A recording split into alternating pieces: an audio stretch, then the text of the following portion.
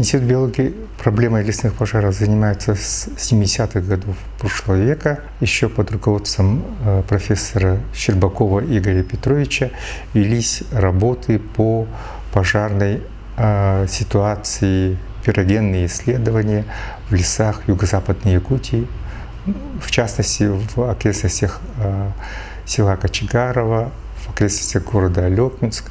Выжигались площади, смотрели характер распространения огня, что происходит, как горит огонь и так далее. То есть такие исследования имеют определенную историю уже.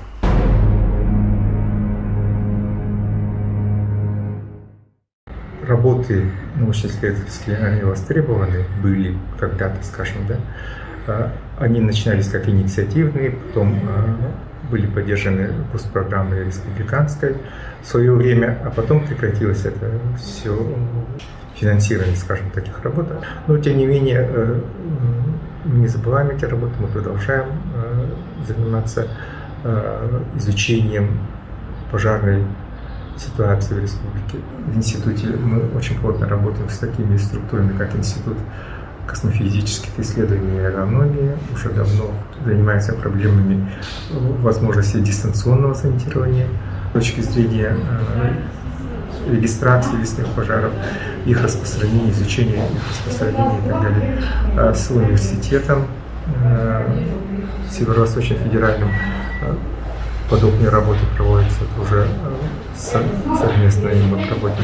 Но в том-то и дело, что в основном это на инициативной основе все это проводится в настоящий момент, без должного финансирования, без должного внимания со стороны структур государственных в настоящее время. Наши структуры все знают, все умеют. Наверное, все знают, все умеют. Такое ощущение, по крайней мере, определенное существует. Но, с другой стороны, всегда они готовы, открыты к диалогу, в принципе, да, по крайней мере, структура охраны природы и лесного хозяйства, скажем, всегда консультируются с нами, всегда мы находим с ними общий язык по некоторым вопросам. Но вот и их проблема – это в том числе отсутствие финансирования.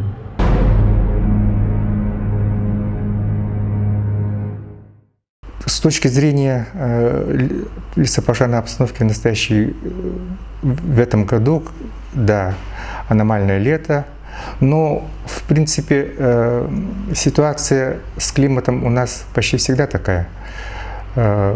Апрель, май, июнь, июль – это у нас засушливый период, когда очень мало осадков.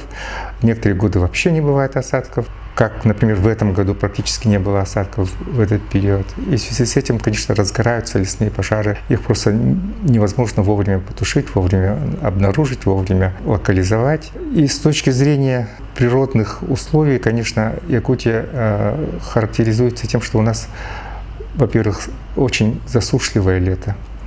С другой стороны, очень сухое, и поэтому в лесу всегда есть горючие материалы.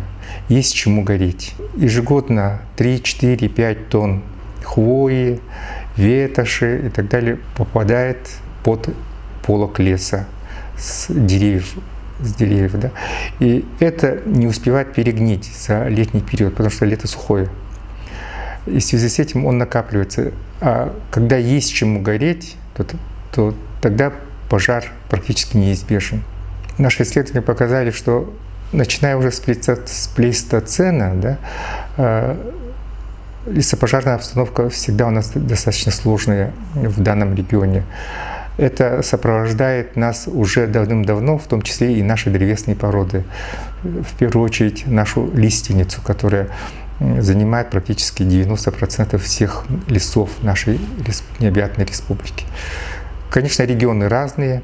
Есть районы, где достаточно влажный климат, в горах или на севере. Правда, в прошлом году, вы помните, позапрошлом году севера горели. Это из-за аномальной жары в тех районах, скажем, да, когда горела тундра, хотя тундре не положено по всем понятиям гореть. Почему? Потому что она всегда достаточно обводнена бывает, вроде гореть ничего. А когда вот этих этой влажности не было, мох весь высох, он и был проводником горения. Как раз огромные площади сгорели в арктической части Якутии. В этом году горит среднетаежная Якутия. Средняя тайга — это бассейны Лены, Вилюя, скажем, в основном очень много горят. Тоже связано с аномальной жарой. Но в то же время все списывать на погоду тоже не стоит, потому что все-таки горит там, где есть чему гореть, а человек, в принципе, мог бы сделать так, чтобы леса были более устойчивыми к лесным пожарам. Это проводить массовые санитарные рубки погибшего леса, скажем, да, убирать валежник, убирать сучья, ветки, засохшие, которые являются проводником горения. Вот я помню, на заре своей, в начале своей деятельности в качестве специалиста по лесам, в 1986 году в Якутии были огромные площади пожаров. Особенно в юго-западной Якутии, это Лёпинский район в первую очередь. И там в основном горели места, где проходили вырубки и где было оставлено много порубочных остатков.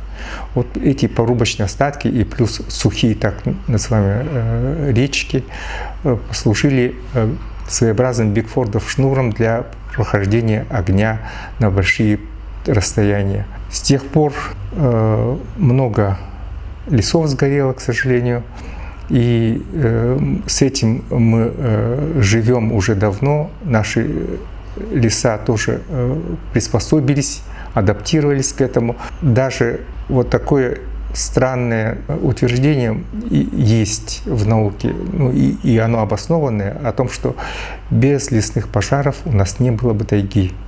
Как ни странно это звучит. Почему? Потому что наши древесные породы, в первую очередь лиственница, скажем, да, она не любит своих деток. Под пологом лиственничного леса не могут появиться новые поросты деревьев.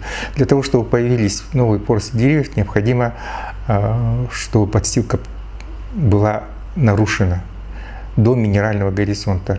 А в наших условиях это, к сожалению, лесные пожары только могут такое себе позволить, так скажем. И при этом возникают чаще лиственничного молодняка. Вы, наверное, часто слышали, якутоязычные, по крайней мере, этмунабапат икыю, то есть такая чаща, в которой даже свой нос не может собака протиснуть. Да.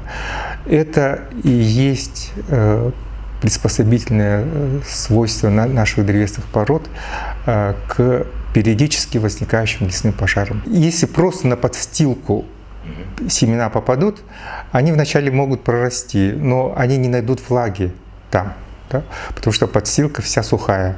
И высохнут, и погибают эти семена, практически из них всходы не появляются. А вот если попадут на минеральный горизонт, прямо на почву, скажем, да, то тогда шанс закрепиться у этих растений имеется. Поэтому тысячелетиями выработалось вот такое адаптивное свойство у наших древесных пород быстро заселять нарушенные пожаром земли. И поэтому их часто мы называем пионерными растениями, пионерами зарастания нарушенных территорий. Такими пионерами являются, кроме лиственницы, и сосна, и береза. Вот эти три наши основные древесные породы каким-то образом приспособились, так скажем, к существованию в условиях периодически возникающих лесных пожаров. И поэтому эти древесные породы называют пирофитными, то есть растения, связанные с пожарами. Да? А сообщества пирогенными, то есть у нас сообщества все, к сожалению, возникают, лесные сообщества возникают и живут в условиях периодического воздействия лесных пожаров.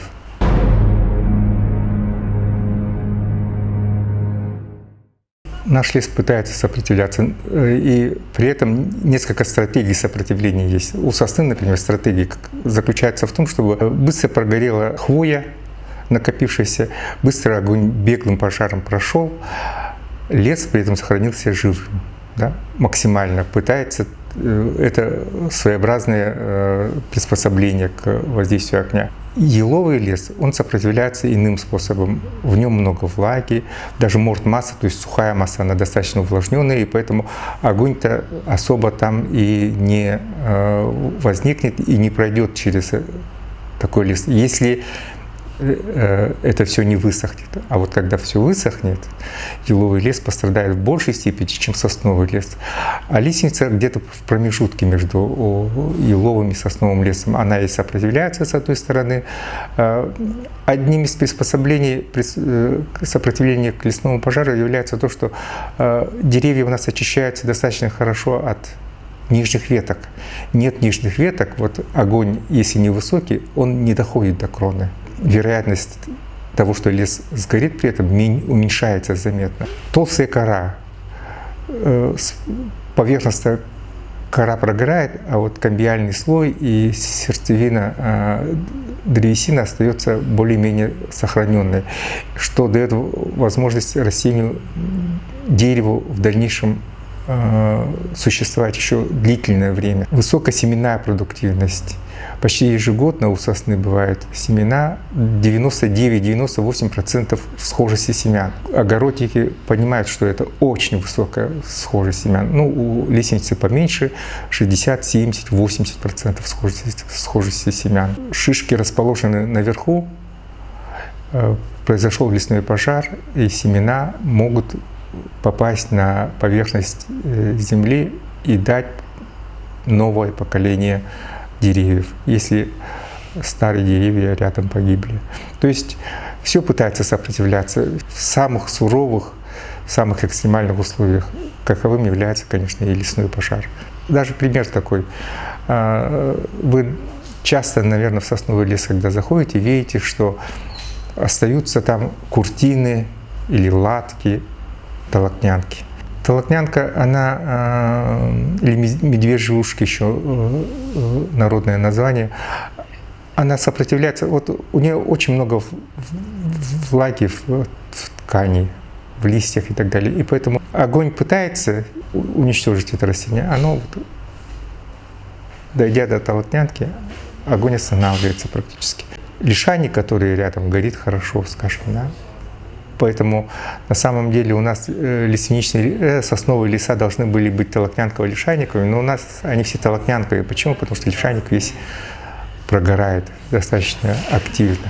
Сами деревья во время пожаров зачастую тут тоже пытаются остаться в живых, так скажем. Да? Очень высокая живучесть наших деревьев.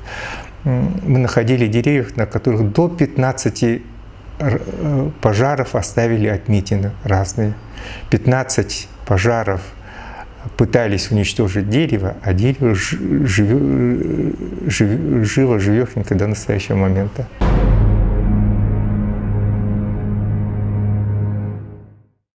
Избежать лесных пожаров – это утопия, в принципе, в наших условиях.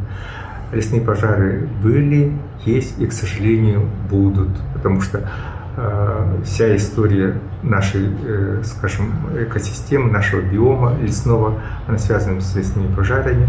Вот, и наша задача уменьшить риск возникновения, распространения пожаров. Для этого необходимо правильно суметь не только тушить пожары, уметь тушить, но и прогнозировать эти пожары, места, где они могут возникнуть. И еще более важно, конечно, проводить профилактику лесных пожаров.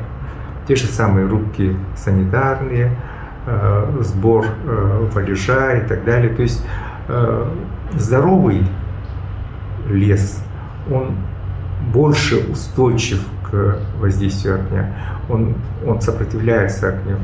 И поэтому, конечно, вот от нашего умения вести профилактику, проводить работы по прогнозированию, более точному, скажем, да, и по тушению пожаров зависит будущее нашей лесной республики, конечно.